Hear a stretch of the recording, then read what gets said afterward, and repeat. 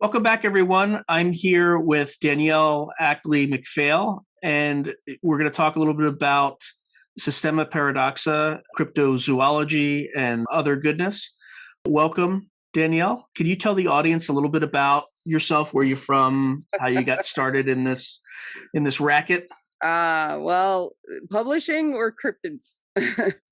Well, let's publishing first, but just kind of general background, where you're from, and then we can get into So all that. I am from New Jersey. I am an author, editor, publisher, designer.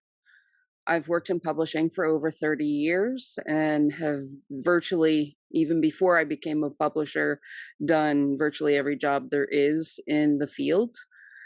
Um, I've been an author for over 20 years and a publisher for approaching 8. My publishing house is eSpec Books. I swear I was never going to become a publisher. I did a lot of production work for other publishers and everything, and generally small press. And unfortunately, they have a tendency to self-destruct. And Why is that? Just curious. a lot of people go into self-publishing because they're not finding what they want Mm-hmm. in the market, and they don't necessarily have the skill set to do either all the work themselves or to know what work actually is needed, and they get overwhelmed. Mm-hmm. They may use their own capital to fund everything, or they may use credit, or they don't understand what impact returns will have on their bottom line because they're unexpected. And one return kills the sales for about 3 books, for 3 sales. Oh, really? Yes, because especially with print on demand, because you have to, when a book is returned, the print cost plus whatever, Shipping cost and yeah, whatever expenses the distributor had for issuing that sale then comes back. So it's really unfortunate, but so small press is caught in a very tough position because bookstores will not order your book if you don't have, a return if policy. it's not returnable. And so a lot of people will go ahead and make it returnable, and they will do, there's 2 different types of returnable. There's returnable where you get the product back, and there's returnable where they just destroy it. If you ever went to a used bookstore and saw all the books with the covers ripped off, those were actually destructions that should have been thrown away. Yeah, they're not supposed to be sold, right? Yeah. And so someone either dumpster dived for them, or, the places that destroyed them decided they would make some money off them too. And if you get it where you get the product back, there's a $2 fee. So you have whatever the turn was plus the $2 fee to get the book back. That could in effect kill the sales for 4 books. And it can steamroll. One of the things that people don't know about the book industry is it's a business. And so the bookstores don't want to pay out money that they don't have to. When it comes time to pay an invoice, which is usually 90 days after they've ordered the stock, a lot of them, what they do is they go through their inventory, and anything that's not really moving, they return it until it balances out, so they hardly have to pay anything when it's time for their invoice to come due.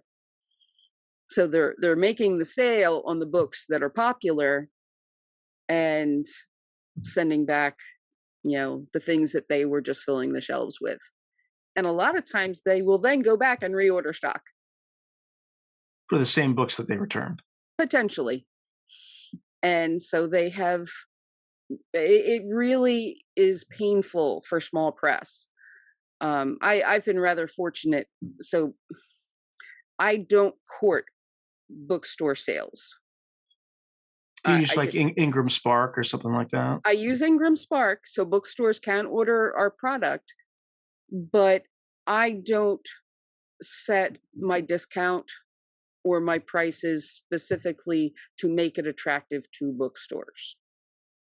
Because bottom line, I know for the most part, my sales are direct hand sales to, our market, going through conventions and selling off of our website. If, like, say for an example, an author does a bookstore event, goes to Barnes and Noble. Hmm. Barnes and Noble orders 20 books for the event. The author sells 3. Maybe Barnes and Noble will put 2 on the shelf, but then they'll return the other 15. And so you've massively lost on that event that's supposed to promote. Hmm. So by using the method that we do, just going off online sales and direct sales and events where we can bring our own stock, it safeguards the press, ensures the author a better return, and it keeps us from getting into that danger zone that several of the publishers that I had before I became a publisher unfortunately fell victim to. So it's not always that they get financially in trouble. They may get burnt out. They may have health issues.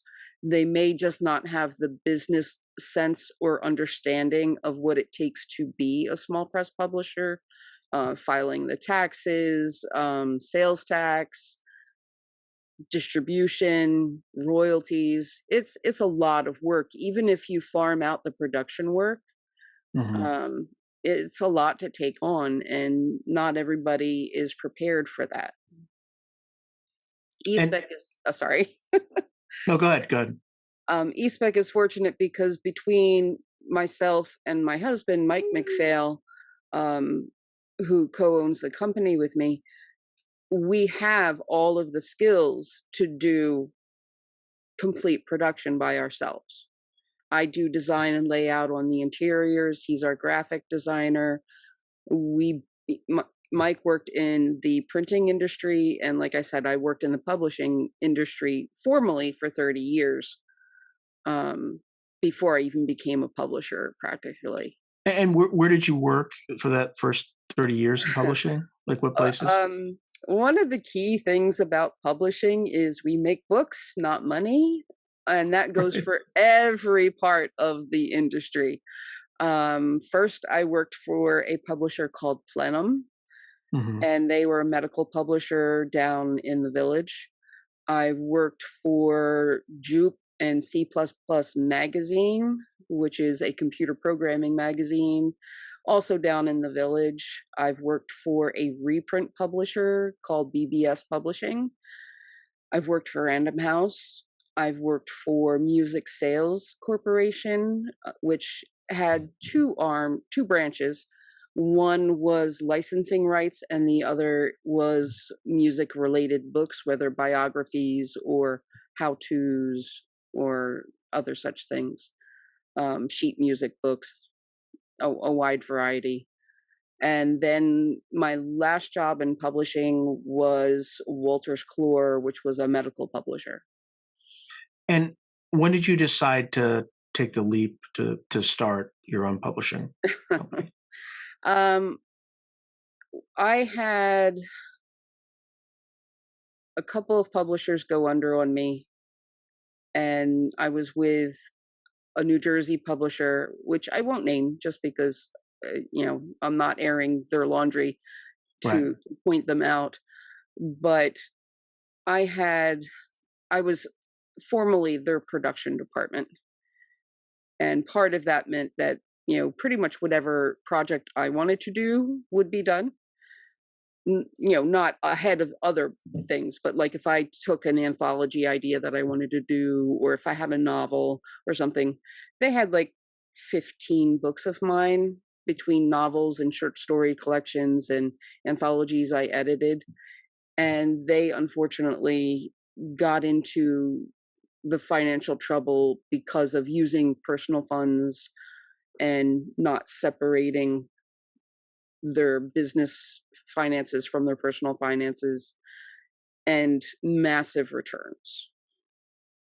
And with all of that, they couldn't function anymore, and gradually had to stop paying royalties and stuff like that, just because the money wasn't there because of the returns.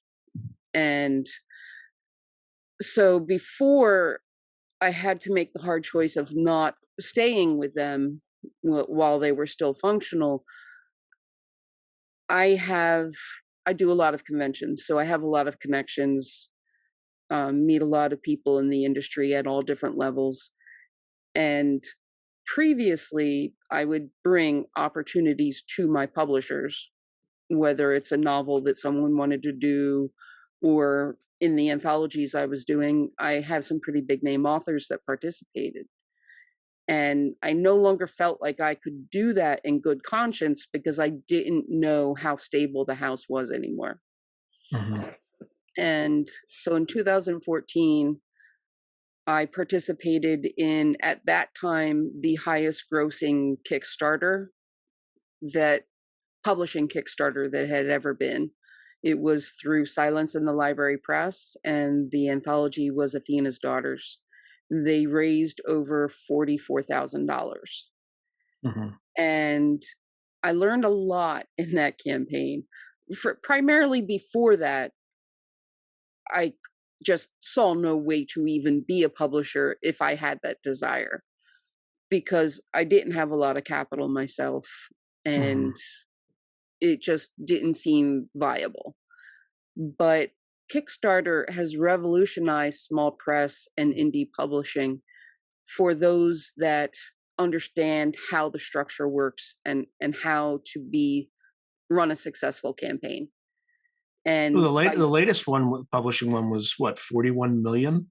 Yeah, Sanderson, Brandon Sanderson, but he brought his audience with him. And while we would all love to be a Sanderson, it's a rare thing. But it is possible to do that well, and small press can really safeguard themselves by using that tool wisely. When I say wisely, a lot of people set a really high goal and get ambitious with what they want to do with the project: custom art, illustrations, hardbound, leatherbound, whatever. There's endless variations. And everything that they add to their checklist increases their expense. And on top of that, that's just the production expenses. That doesn't even take into account the shipping and fulfillment expenses for the campaign itself. So in that Athena's Daughter campaign, sorry, my cat wants to say hi. It's like Schrodinger's cat. It's winking in and out, winking in and out of the. Is she there or not? I don't know. She's there, but it's a precarious perch for her. Anyway, so you have to be very strategic in using Kickstarter, and I learned in a very ideal situation what can be done to make a campaign successful, and how to structure it so that you can accomplish what you want to accomplish and not get into trouble. So for myself, low funding goals, you create two budgets, basically: your top end, all the bells and whistles budget, and your bare bones, get it done budget. And the bare bones is your goal, because with Kickstarter, if you don't meet your goal, you get nothing. So you put all that effort in for the disappointment. And then you obviously put a margin on top of that bare bones Yeah. goal so that you make some money, right? Well, no, I put my bare bones and that's it, because I know I am going to exceed my bare bones, because I've gone very low. So like for a single book, I might set a $400 goal or a $500 goal. I know for me, my first campaign was relatively successful, not along the scales of Athena's Daughters, but Hmm. I raised almost $2,000 for just producing an ebook novella. And that was me figuring out the structure and everything. And it also built a following. And I already had an existing following because as an author, I had been at it for about 15 years before I started becoming a publisher and running Kickstarters. Hmm. So I knew to hustle, I knew to promote, I knew to draw on my network of connections to spread the word. And by setting the modest goal, I knew that I would hit it fairly quickly. I reached the point, I think I have two Kickstarter creator accounts, one for personal projects, one for eSpec. And combined, we have had over 30 successful campaigns. Oh, wow. And so with the bare bones, I know I can produce the book because I'm doing all the work myself. Or with Mike's, Mike also. And we have someone that does, Greg does the editing for us, and we've brought on a second editor. And that's just for everyone to know. That's Greg Shower of Between Books, right? Yeah, I don't know how to say his last name. He's always just been Greg. So I knew that for that amount, it assume that was all I made. It would maybe be a dozen people that I would have to send books to, and some of them would only take an ebook. So the production cost would be very low. I elect whether or not I pay myself, depending on how successful the campaign is for my production work. So I could produce a book for that amount and put it into distribution and not get into trouble. But with the following that I have built and the strategy that I use, I usually hit that goal, if not in the first day, within the first 3. And with the use of strategic stretch goals, we build the excitement and we get to add some of those bells and whistles in, and it grows. So our most recent campaign did nearly $6,000 to produce 3 books. And part of our stretch goals was to produce hardcovers of those books as well. So all of that is product that we can then get out there commercially, but we are not touching our capital, our existing capital, and we are not touching personal funds, and we are not using credit. And that's why our model works without endangering the future of the authors by mismanaging it. There's certain things that are outside of your control. I say mismanagement, I don't mean to deride any of the publishers that went under on us. Yeah, or just making anyone sure that you else. have enough liquidity to pay the Exactly. author's royalties, right? To pay them royalties, to be able to develop the company and produce the stock without getting into trouble. That's always the key, because I've seen, I have learned so much from other people's mistakes and put into place strategies and operational guidelines so that we don't make similar mistakes. Yeah, it sounds to me that having the bookstore actually send you back returns doesn't, No. just keep them if you're not. So Yeah. in the beginning, I was always skeptical because I knew, used bookstores, torn covers, So in the beginning, I used to have them send the returns back to me because, damn it, I want to know that you actually returned the book. But it's not worth the added expense. And what ultimately happened is I moved, and there was a mix up with the addresses in the account. Like, there was a place where it indicated returns should go, and it was at such a sub level that I did not know it was there and didn't change it when I moved. And for some reason, we went back to the old house, and there's a package propped up against the door, and it's to us, and it's books. So at that point, I just, anytime I do returns, it's only destroy now. And that's actually where we started with all this. Sorry for all the tangent, but No. It's interesting. Usually yeah, when people go on tangents, but they're talking about something that's interesting and informative and educational, I'll go down that side path just to. But why, if they don't return them to you and they just destroy them, hmm why do you incur further costs? because the distributor has to give them back their money. Mm. Oh, so you have to pay the distributor's cut, basically. Yeah. So the distributor So doesn't have to pay anything. um, no, it comes, any deficit from the return comes back to the publisher. So the print cost for the book, because since it's print on demand, they are printing the book for that customer. So if the customer returns it, it's the print costs plus whatever other costs, whatever royalty we got for the sale, and whatever, whatever shipping. So it's the shipping I'm presuming, yeah.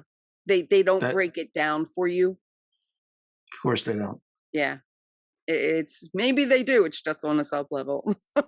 So they just provide you with a lump of costs, and they don't. Yeah. When That's really sketchy. That's yeah, really sketchy. you can generate a report, and it shows you what the sales were, what the returns were, what your print costs were, and then what the deficit for the return was, and then gives you a bottom line of that, sales history. Okay. All Things right. are never in our benefit. Yeah, and it sounds like you can't. They probably have boilerplate contracts that you can't really negotiate. Yeah, no, definitely not. If you use their service, that this is just the way it is. And you Mm. know what? It's going to be that way no matter who you produce with. And personally, I like the quality and the functionality of Ingram. Since they did start out as a distributor, you have a baked in distribution. Right. The places still have to order it, but like all of the online third party sites, your print and ebook will appear on all the relevant ones. They have started to do distribution to libraries and to subscription services. So, the titles get out there, and then it's up to us to promote them so people know what they are. So it works with some of the other options.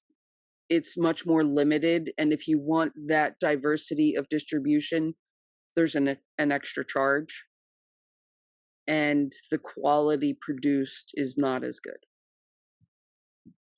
The Okay. price is So, probably a little higher for Ingram, but for me, it's worth it for what you get. and for eSpec, typically, how many titles do you produce each year? We Or is it? started out very conservatively. Our goal was to do maybe about 4 titles a year. Mhm. And pretty much we stuck with that. And I'll stipulate that those were new titles, new releases. Occasionally, someone would bring us a reprint, and those we would just kind of slot in that's not a part of the count goal. And then 2019 or so, we got approached by Cryptid Crate, and all of a sudden our volume increased.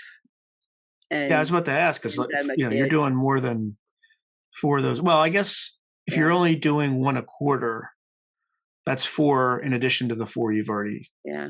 Well, done. initially they were supposed to have 4 exclusive and 2 non-exclusive, and that just didn't work out for them.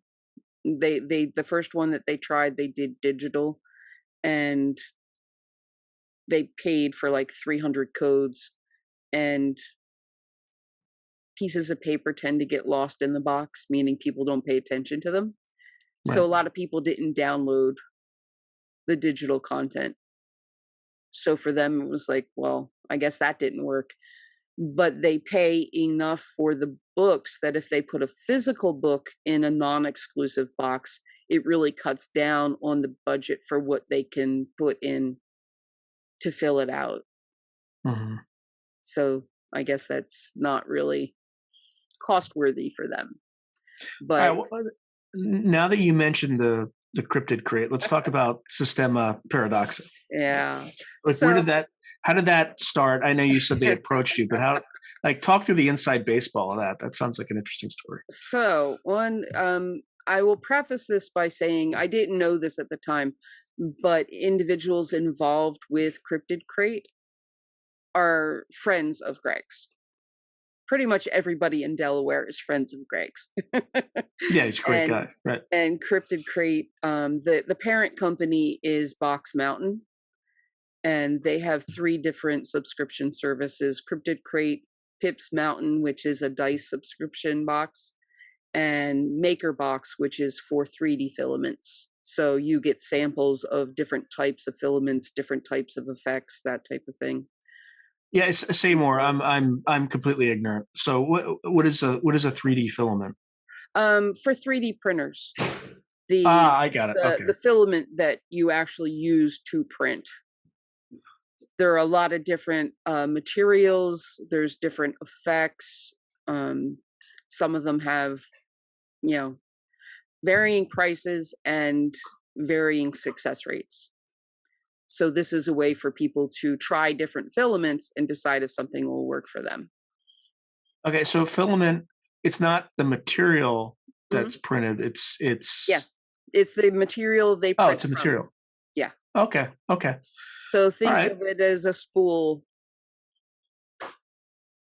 and the printer melts it and then refashions it and into whatever. Okay.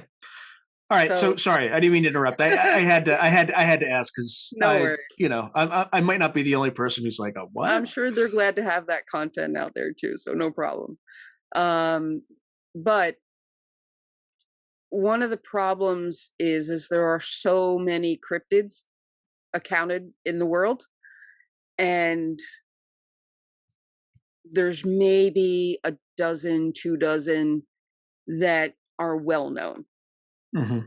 And those are the ones that get all of the focus. So like Mothman, Bigfoot, Loch Ness, Jersey Devil, there's content out there all over the place for those. And the lesser known ones, not so much. With them providing monthly boxes, they need fresh content constantly. And it can't be the same cryptids over and over again, because then what's the incentive for people to, get the box? So they were familiar with eSpec because of Greg, and they just reached out to me via a direct message and said, do you have any cryptid content? And I just said, no, but we could. And that's the right answer. Yeah. That's the right answer in the publishing business. It drives me nuts because I'll invite people. I'll say, hey, do you want to, I'm working on this anthology. Do you want to submit a story? And I'm surprised the answer, there's only one answer to that question, unless you're, somebody who's just completely buried with, you're like a top selling author. It just physically doesn't have the time.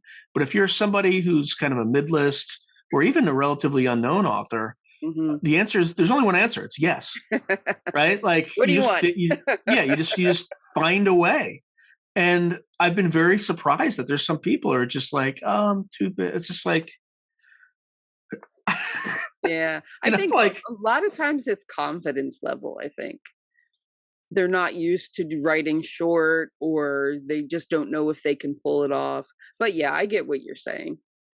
But so they said, what do you got? And I told you I have a large network, and several of the people I knew had done cryptid fiction, and they were people that I trusted, that I knew could turn around quick. So I was like, well, we could each do a long story and have a book with those 3 stories, and there's cryptid content. And as I was looking at where cryptozoology came from and what was out there and different options that we had, the very first thing I found was Systema Natural. And I'm never going to be able to say the guy's name. His first name's Carl. But this is way back in, I want to say, the 16th century, but I really didn't worry about those details too much. It's few centuries ago. This was a scientific series of journals oh, on is this Carl zoology. Linnaeus? There you go. I don't know where I pulled that from the recesses of my mind. It's like Rain Man over here, but God, sorry. So he had this series of volumes on zoology, and one of the volumes was Animalia Paradoxa. And it was all of the cryptid creatures. Some of them were creatures from mythology, others were just creatures that were documented in writing, but no one had seen the animal, no one living had seen the animal or remains for the animal. So Carl Linnaeus actually put together like a cryptozoological He's volume. pretty much the father of cryptozoology. But he's like also the father of like the whole classification system, Yes. right? Yes. That's fascinating. I didn't know that. In later volumes, Animalia Paradoxa was removed. Right. But it's out there. So when I discovered that this was where everything had originated in the formality of cryptozoology, I started kicking around ideas. And there was already an Animalia Paradoxa collection out there, poems and stuff by one individual. But then I was like, this was an educational text. And I have a talent, a gift for taking a concept and just running with it. And, sometimes it's really gold. One of the things that I am known for are the Badass Fairies anthologies. Before people thought of fairies as badass, we de-Disneyfy the fairy. And that series went rather well. We got up to 4 volumes, and unfortunately that was a victim of some of the publishers that self-destructed. And so I like building packages and playing with concepts and really working it so it's something special. And with Systema Paradoxa, I really got to do that. I didn't bring any copies of the books up, unfortunately. They're all packed because I just got back from Balticon. But I mean, I know that. Yeah, I see them right there. Yeah. Over here, the brown books, they all have the same design, and it's made to look like a leather-bound embossed tome. And we took old-fashioned encyclopedia pages that we found online and mirrored the interior to look like those. So we have a quote at the top that we try to make applicable to the story, or at least to cryptozoology. there's not a lot out there, so it can be tricky sometimes. But we've had some good luck selecting applicable quotes. We've made the language for the title page a little bit more formal, so it's Systema, Paradoxa, Tales of Cryptozoological Import, Mhm. the story of whatever cryptid it is, and the story title, whatever cryptid it is, as accounted by, and then the author's name. So little things to give it that formal feel of something that it has been existing for a long time, that is old, that is scholarly. Inside, it's just the normal book, and then at the end there is an encyclopedia style entry. One of the things that I remember most from the encyclopedias I grew up with is that they would be like 2 columns, and there would be these line art, sometimes shaded or just lines or whatever, and they had a very distinct feel. So we got an artist that depicted the cryptid that is in the book with that same kind of style, shaded, very detailed, but with an aged look to it. Mhm. And then the author would write the story, and I would write the encyclopedia entry, drawing on the online sources and combining them, taking the varying details. A lot of times when you search online, it's the same exact entry from page to page, but then you might find a news article or something like that, a feature public interest piece type thing, that might have a few more unusual details in it that you didn't find somewhere else. There's some crazy stuff that you find. There is. So I'm not going to go too much into my story, but um, I like, even if you just look at the region that Mhm. where the cryptid appears, you'll find some crazy stuff. Yeah. I think there's a story that I um like there's one kind of anecdote that I use in my story that's based on a real incident, Hmm. where there was like a family that kind of disappeared into the desert, and they, like, their house had like inverted cross. It's just like, and nobody could explain what the heck Yeah. happened. There were so there was a lot of seismic activity in the area that I studied, so I used that in Hmm. the story. So I like how the the series really kind of allows authors to take some established cryptid stories, but also take some of these other finer details and make it their own. Definitely. And Um, part of the yeah, reason we did that is because so much of what is out there gets just repeated over and over again. And that means that the people that are getting these boxes, at least some of them, are already well familiar with that. And the point of the novellas is to give them something fresh and new and interesting and creative. And you can do that, especially because cryptozoology, the details are sparse. It's based on an account somewhere, maybe a hazy photograph. So there's so much room to play and be creative and still honor the nature of cryptozoology. and frankly, some of them are hoaxes, right? True, definitely. So, but yeah, but you have to kind of leave that in the eye of the Yeah. beholder. And Let that's, the oh, go ahead. let them decide.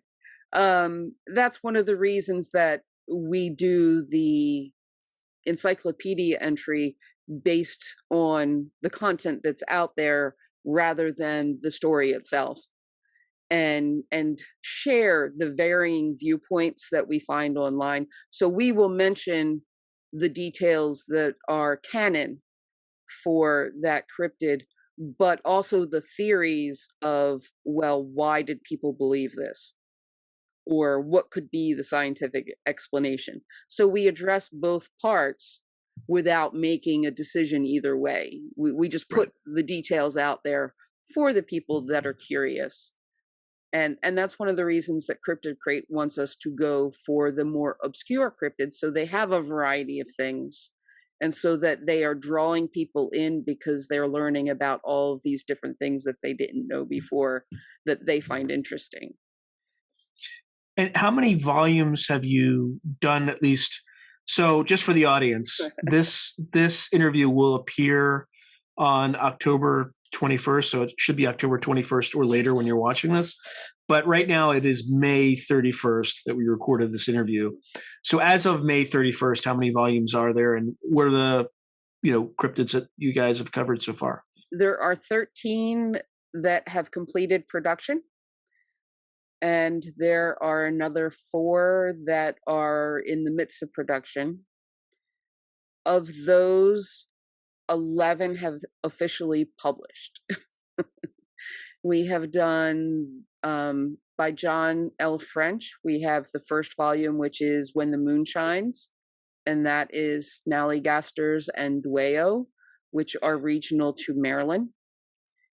The second one is one of the hoax ones, like you were mentioning. It appeared in the April Cryptid Crate for 2021, and it was The Wonk, and that's by Aaron Rosenberg. We have A Skinwalker by David Lee Summers. We have The Jersey Devil by Keith R.A. De Candido. We have Montauk Monster versus Bigfoot by James Chambers. We have Bat Squatch and Dingbat, and an assortment of other cryptids that get only a mention by Patrick Thomas in Cryptid Fight Club. We have, it's hard doing this from memory.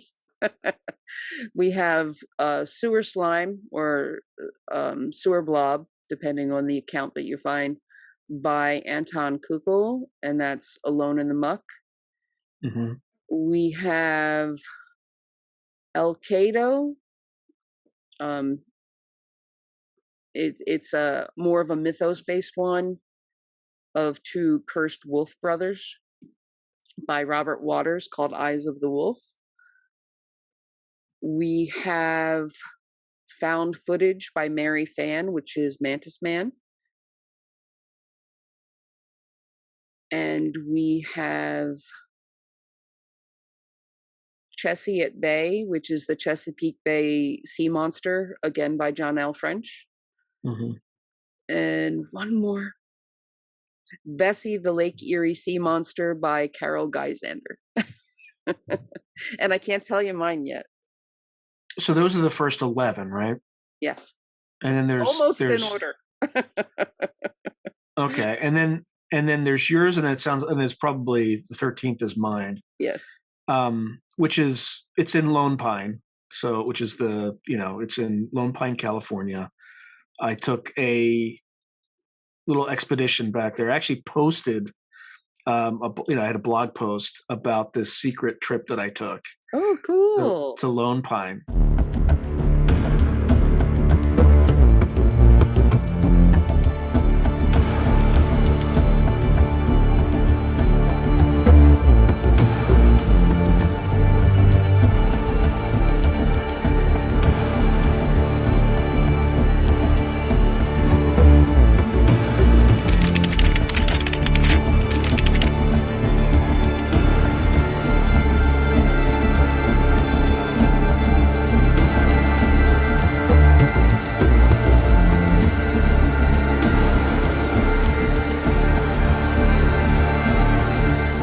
It was an interesting experience. There's a lot of weird stuff out there. Like there's like the Mobius arch, which looks like a Mobius strip, and there's an arch that you can, look through.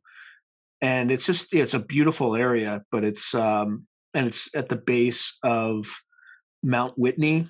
Mm-hmm. So there's a lot of interesting things that you can see out there. And it was during COVID too when I went there. So I was in this weird hotel room, and everything was you couldn't go anywhere without wearing a mask, and it was virtually empty, which is great. There were no people there. So yeah. Very cool. And in terms of Do you have any more planned going forward? For Systema Paradoxa? Oh, definitely. We're going to keep going as long as well, let me put it this way. We'll probably keep going even if they decide they don't want any more. We're just having too much fun with it, and we put so much effort into the package and the project, and it's fun. It's a lot of fun exploring this. I mean, we've done a lot of fantasy, urban fantasy, all of that, and this is kind of a subgenre between fantasy and horror, and it's just so much fun to play with. And because the content of the actual accounts are kind of vague and conflicting and all of that, it gives you a lot of room to play, and so many things that you can do. My own, because this is actually, you know what, because this is airing in October, I can tell you, because mine's for the July box. I did the Shadow People, and mine is called the Play of Light. And there are so many different accounts of Shadow People. It's actually the longest standing cryptid in recorded history. So this is like the sleep paralysis sort of like that. Yeah. There's that one picture of that like demon like sitting on someone's chest, which I'll show as I'm talking. It'll come up and you'll see it. But and I can give you images of the covers and stuff so that you can see. Well, there's actually a his name's he's not coming to mind, but there are folks who are like weird fiction writers. This guy's a weird fiction writer and they're also associated with night terrors. Yeah. Right. Yeah. Which Lovecraft, I think, used to have. There's another Legadian author today who has been struggling with these sort of night terrors. And there's many scientific theories as to what causes them. Everything from drugs to schizophrenia to sleep paralysis. Yeah, I think they say it's like your parasympathetic nervous system shutting down or something like that while you're still conscious. There's OBEs, out of body experience. They like sometimes say it's a precursor to kind of doing an OBE. And I had a lot of fun incorporating all of this.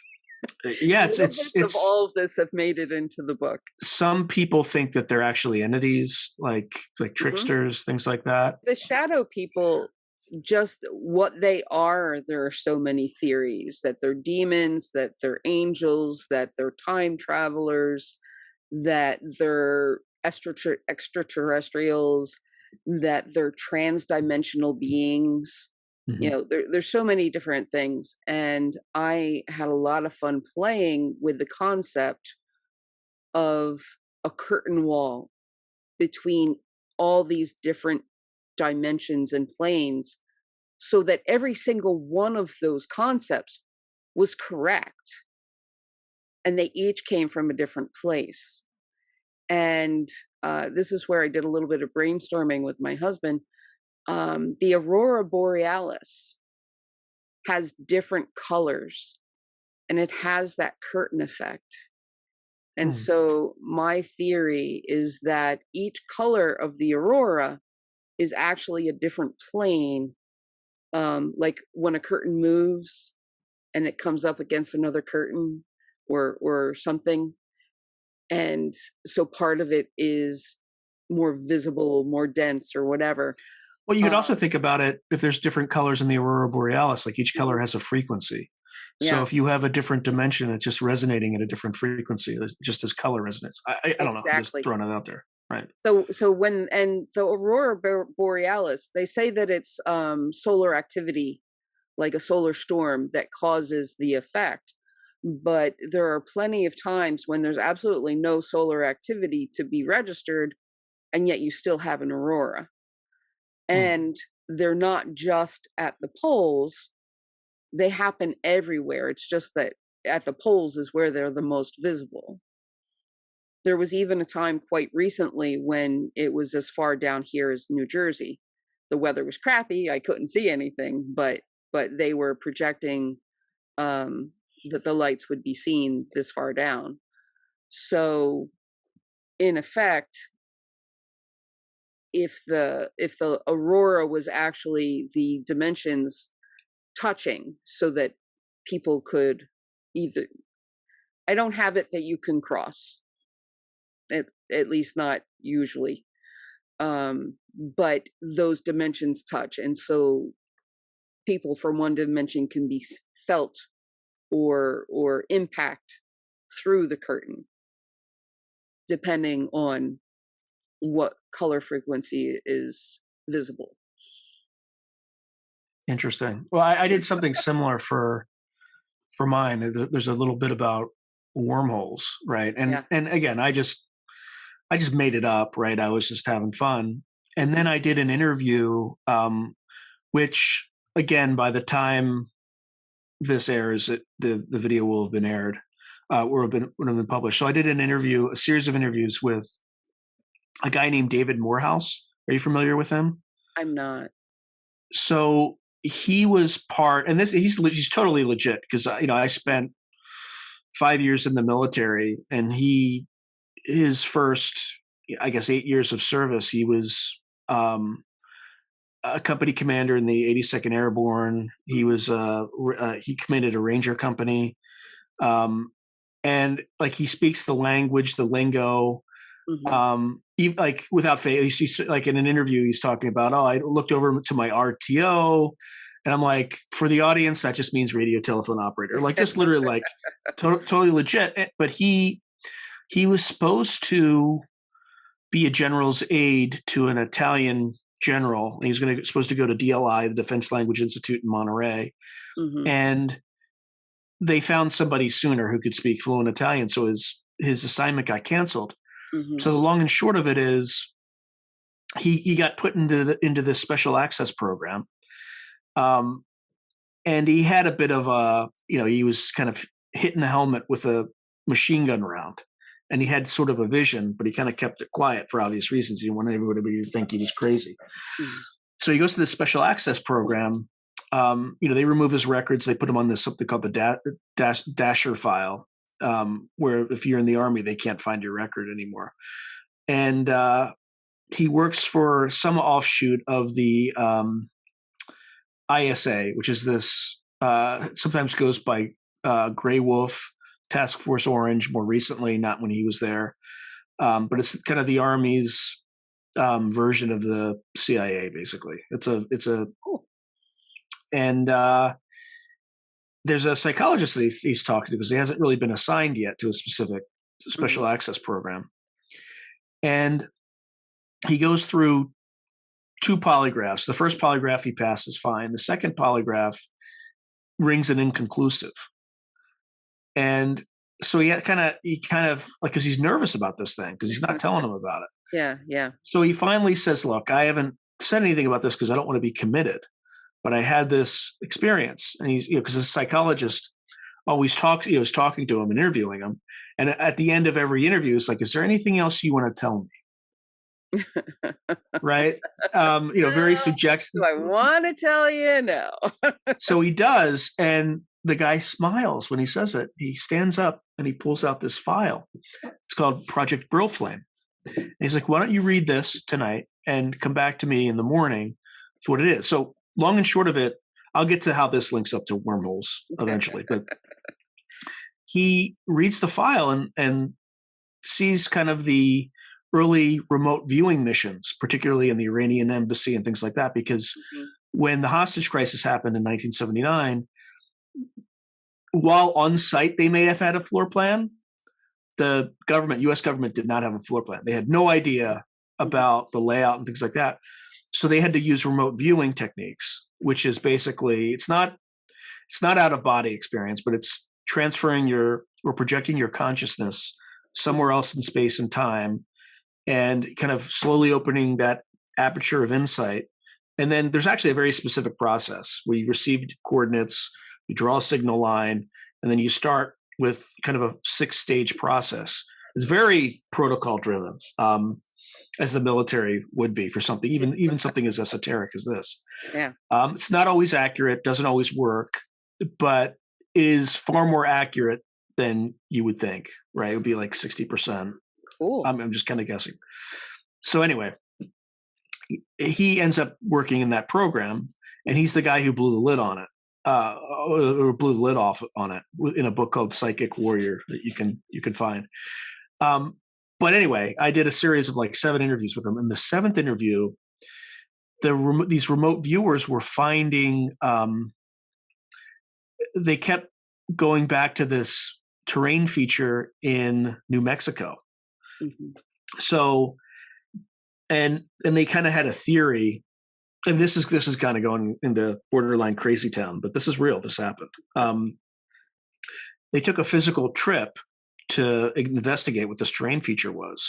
Mm-hmm. And at the end of the day, what they were looking for were portals or wormholes, right, in New Mexico. And through this process, they did some remote viewing. And by the way, there's this a whole rabbit hole too. Like if you start learning about the Anasazi, how they resorted to cannibalism, like it is. I've just begun going down that rabbit hole, but it's fascinating stuff. So the long and short of it is they kind of followed a bunch of leads, talked to locals, and they got to this place called Pueblo Alto in Chaco Canyon. Mm-hmm. And they kind of, looked up into the sky, and at 2.5-hour intervals, the sky would open. And Morehouse said that it looked like cellophane, like a cellophane, like glimmer. And like the iridescence. I don't know if it was iridescence, but it was like, it was almost like, and he didn't frame it this way, but if you could imagine just like another star system or something, kind of like the way I described it in these things are really weird, right? How they work. Cause I just I knew nothing about this, and then it would be open for about 10 minutes and then it would shut close. And they did it at night, right? So they could see it. He never saw anything come out of it during that night. But I think the theory that they had was, so before that night, from a distance in prior nights, they would see these like vertical shafts of light, just like at random 2.5-hour intervals, 3 hours, like just open up, the sky would open up, something which I wouldn't say open up, but they would just see like a light appear, wink, and then just like slam into the earth and just like vanish. Yeah. So what their theory was that they were trying to investigate if there were kind of underground bases.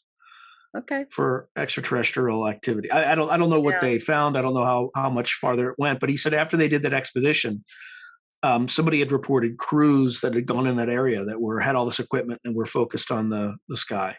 So I don't know where it went. I don't know, but the government paid them to go on a trip to investigate it. Yeah. Anyway, that's a long short, but the reason I felt inspired to talk about it was your story about resonant frequencies and like veils and curtains between different realities. This stuff sounds completely crazy. So have you watched The Secrets of Skinwalker Ranch? I haven't. I've heard of it, but I haven't watched. I do so much editing and everything that I rarely get to just watch things. So there's actually a Bain author, Travis Taylor. Yeah. But he's like I don't know if he's multiple PhDs, but he's like a rocket scientist type guy. Mm-hmm. And there's like 3 seasons. He went in the first season, like, okay, guys, let's find, let's collect data. Let's just see what's going on with this place. Complete skeptic. And by season 3, they're seeing portals opening in the sky. They're seeing on camera. Wow. So there's another book called Skinwalkers at the Pentagon. So the DIA, the Defense Intelligence Agency, did a 10-year study or so with Bigelow Aerospace of the same place. and it's a book you can get, and it is. I read it in about 2 hours. It is creepy because there's something called the hitchhiker effect, where the phenomenon follows you home. Ooh. So what happened is these Yeah. guys who had classified security, had top secret security clearances, would, DIA scientists, they would go back home to rural Virginia, wouldn't say anything to their families because they couldn't, and their kids would report orbs. Yeah. They would report like canine-like entities. Yeah. That would, and they didn't had no idea what it was. Absolutely terrifying. But there's some phenomena where it follows you. So anyway, in some of my research, the shadow people weren't just linked to a place. There were accounts of them following people to different, like even different states and over years, but the same phenomena, so that it was like the same creature. Yeah, it's crazy stuff. So if folks want to check out eSpec books or any of your books, where should they go and what should they check out? Okay. Well, my newest one is Dare's Devils, which is action-packed, character-driven military science fiction with just enough humor to take off the edge. The eSpec sells off of our Square store, which is espec.square.site, and you can find everything there, all of my books and all of the other books. You can pre-order the Systema Paradoxa titles that haven't come out yet. Yes, please do that. Please do that. And we have our conventional website as well, especbooks.com.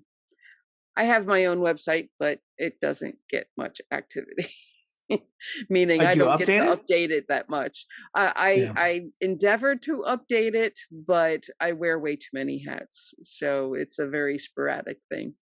eSpec Books also ends up being sporadic. The store is up to date. Yeah, that's all that matters, right? Yeah, people can get the books that they want. What about Cryptid Crate? What do people need to do to sign up? Sign up for that? It's cryptidcrate.com, and going there you can reach and access all of their different subscription boxes. And you can sign up for monthly subscription boxes, or you can order a specific crate that's forthcoming. And their store also has both past crates that you can get until they are out of crates, and the elements that are in the crates, they often end up with overstock, and you can buy individual items as well. The t-shirts, and they've started to pair with some of their content creators to also offer their products as well. So there's a bit of a mixed. I'm blanking on the word I want. There's mixed inventory there. Okay. It's not always, because I think I don't know if you mentioned earlier on this interview or before we started recording, but the Systema Paradoxa content is once a quarter. Yes. Right? We kind of tangented it away from that. When we were approached to create the Cryptid Crates, the Systema Paradoxa content, initially they were just looking for content. They didn't have any specific goal. And then when they discovered that we were going to create this series, and they were really excited by what we were telling them of what it would be, they came up with the plan to do quarterly exclusive boxes that focused on one particular cryptid, and it was built around the Systema Paradoxa book that was going to go in it. So generally they create a t-shirt, a 3D figurine, 3D printed figurine, I should say, and a challenge coin. And then there would be occasionally other assorted things that came in the box as well, decals, stickers from other people they were partnering with. But all of it is exclusive to that box, content created for the box around the Systema Paradoxa volume that was being featured. All right. Anything else you want to leave the audience with? Buy our books. That's the best thing I can say. Buy our books. And if you I think the series is a great. Leave us a review.